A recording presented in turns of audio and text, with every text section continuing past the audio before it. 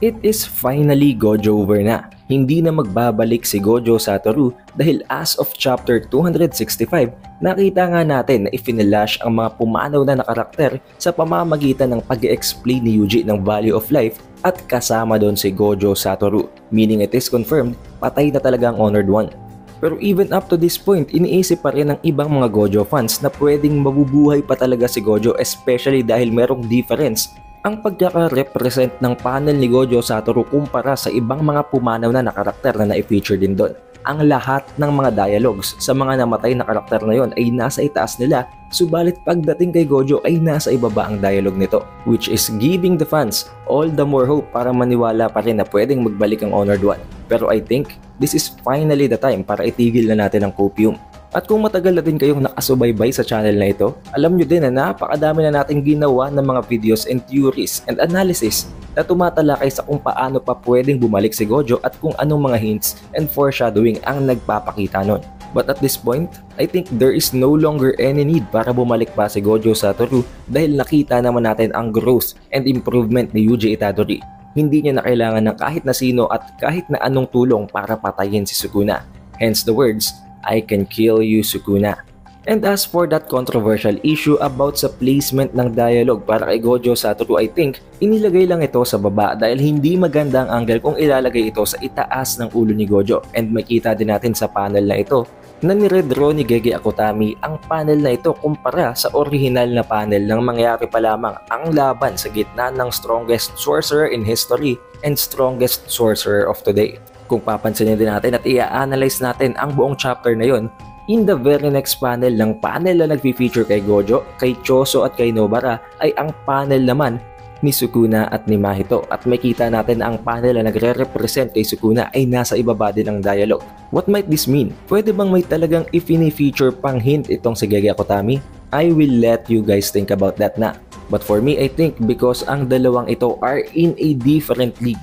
They are in a different standard compared sa iba pang mga karakter na na-feature sa naging panels na yon, kaya iba ang representation nila.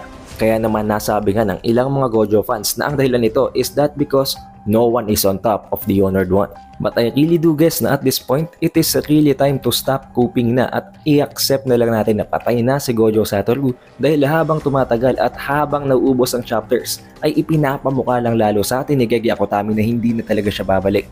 Kaya naman as a tribute ay nag-provide si Gege Akutami ng question and answer portion na tumatalakay all about Gojo Satoru na nag-i-include ng 33 Q&As or 33 na question and answers na nagpapakita at nagbibigay ng mas malalim pang detalye sa karakter ni Gojo. And although as I said there are 33, tatalakayin lamang natin ang mga pinaka-significant ones para hindi naman tayo umapaw sa oras. Ang isa sa pinaka-basic thing na alam natin kay Gojo Satoru na ang nagbibigay sa kanya ng overwhelming power is that hindi lamang siya merong infinity, hindi lamang siya meron ng 6 eyes, kung hindi, ang parehong mga mata niya ay nagtataglay nito. Dahil throughout the history of Gojo Clan, meron na sa kanilang nagkaroon ng infinity, merong nagkaroon din ng 6 eyes lang, at meron din nagkaroon ng both infinity and 6 eyes, pero hindi parehong mata. Ang case na ito ay nangyayari pa lamang kay Gojo Satoru at siya ang nakapag-maximize ng abilities nito sa pamamagitan ng napaka-harsh na training. At nakita din natin sa Hidden Inventory Arc na naging isang susi sa napakalaking awakening ni Gojo ang pakikipaglaban niya kay Toji na na-reach niya ang isang life and death situation. Kapalit naman ng pagkakatuto niya ng reverse curse technique ng kanyang reversal red at ng hollow purple. Now this is one of the most things na curious ang lahat ng Gojo fans. Nasaan ang kanyang pamilya, ang kanyang nanay at tatay at kung meron ba siyang mga kapatid na pwedeng mag-inherit at pwedeng merong kaparehong abilidad na meron siya.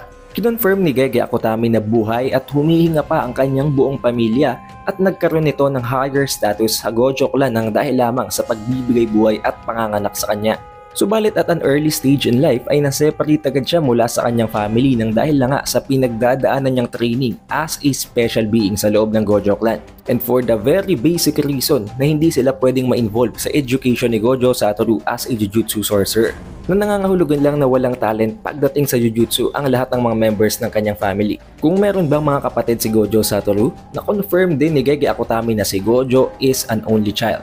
Wala siyang mga kapatid, pero napakarami naman ng relatives niya na hindi naman gaanong nagkaroon ng interactions sa kanya dahil tinitreat nga siya specially sa loob ng clan nila. So this theory na may mga kapatid si Gojo, may mas malakas or kapantay na abilidad ang kanyang nanay or tatay, at ang pagkakaroon niya ng emoto or nakababatang babaeng kapatid ay lahat hindi makatotohanan. During high school days, naging signature and trademark niya ang pagsusuot ng mga round-shaped glasses. Hindi dahil malabo ang kanyang mata, kung hindi para itago ang exposure ng kanyang 6 eyes, tulad na lamang ng nakita nating bandages sa Jujutsu Kaisen Zero at sa blindfold niya sa official na series. As for a mentor or master naman, wala ding nagturo kay Gojo Satoru ng kahit na ano tungkol sa Jujutsu at pinag-aralan niya ito gamit lamang kanyang sariling kakayanan. Dahil ito daw ay pinag-aaralan sa loob lamang ng mga pamilya sa loob ng Jujutsu, at dahil alam natin na wala ang talent pagdating sa Jujutsu ang kanyang pamilya, kailangan niya yung aralin ng sarili lang. As for the pay naman sa mga ginagawang misyon ni Gojo Satoru, hindi siya binabayaran based sa mga ginagawa niyang misyon, kung hindi more of a monthly salary. Hindi katulad ng mga ginagawang kontrata ni Maymay. But actually, it is not an issue dahil napakataas naman ng bayad sa mga special grade sorcerers, to the point na ang binibigay sa kanyang monthly salary ay para bang ang salary na nakukuha din ng Prime Minister. Naitanong din kung nagiging emotional ba or nagagalit si Gojo Satoru sa pagkamatay ng kanyang acquaintances, na sinagot naman ni Gege na siguro oo dahil nagalit siya nang makita niyang mamatay si Yuji at an early point ng kwento. But at the same time, hindi naman din siya ganon ka-emotionally affected dahil alam niya at nilalagay niya ang perspective niya hindi lamang sa kanyang sarili kung hindi maging ng iba na as Jujutsu sorcerers at any point in time ay pwede talaga silang mamatay. Nasabi din na ang pinaka na-enjoy ni Gojo sa kanyang buhay ay kapag may namimit siya na isang individual na may talent pagdating sa Jujutsu. Tulad na lamang kung paano siya natuwa nang mamit niya si Yuta Okutsu at kung paano siya natuwa nang makita niyang kayang i-control, isuppress at i-take over ni Yuji Itadori ang consciousness ni Sukuna kahit nabigyan niya pa ito ng bigyan ng marami pang mga fingers. Nabanggit din na hindi talaga umiinom si Gojo Satoru, and there are some instances na napilitan siyang uminom ng hindi familiar na alak sa kanya at bigla na lamang nagkakaroon ng bugging ang kanyang curse technique. Pwedeng hindi niya ito nakokontrol, nag-overflow, or pwede rin gumagana automatically ang kanyang automatic reverse curse technique para tanggalin ang negative effects sa kanyang katawan. Being known as the strongest nga, tinanong din sa kanya kung ano ang pinaka-weakness ni Gojo Satoru at sinabi ni Gege Akutami na yun ay ang kanyang personality. Previously, nasabi din ni Gege Akutami na he probably can do anything, kaya tinanong siya kung ano ang hindi kayang gawin ni Gojo Satoru, na siguro ang natatanging pagkakataon na pwedeng sabihin na hindi kayang gawing flawless ni Gojo Satoru ay ang pagluluto. Sa gitna ng mountains at ng beach, mas ipe-prefer ni Gojo ang beach. Sa gitna naman ng aso at ng pusa, although gusto din naman ni Gojo ng pusa, mas ipe-prefer niya ang mga aso.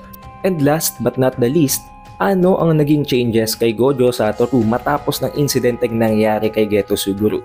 Nasabi ni Gege Akutami na matapos yon ay nagkaroon si Gojo ng sense of responsibility na i-nurture ang next generation.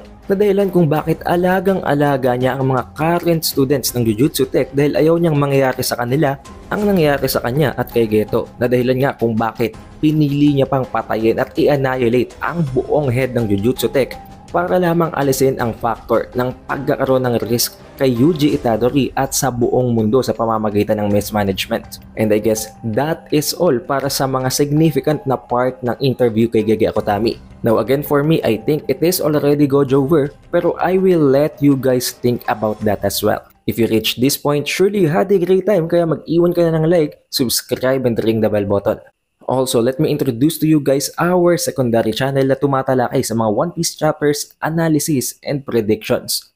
Kaya naman kung sinusubaybayan mo rin ang One Piece series, siguraduhin mo yung nakasubscribe at na-ring mo na din ang bell ng channel na yon para palagi kang updated sa ating bagong mga videos tungkol sa One Piece. Again, it is the Updated Weeb and I will see you guys on the next one.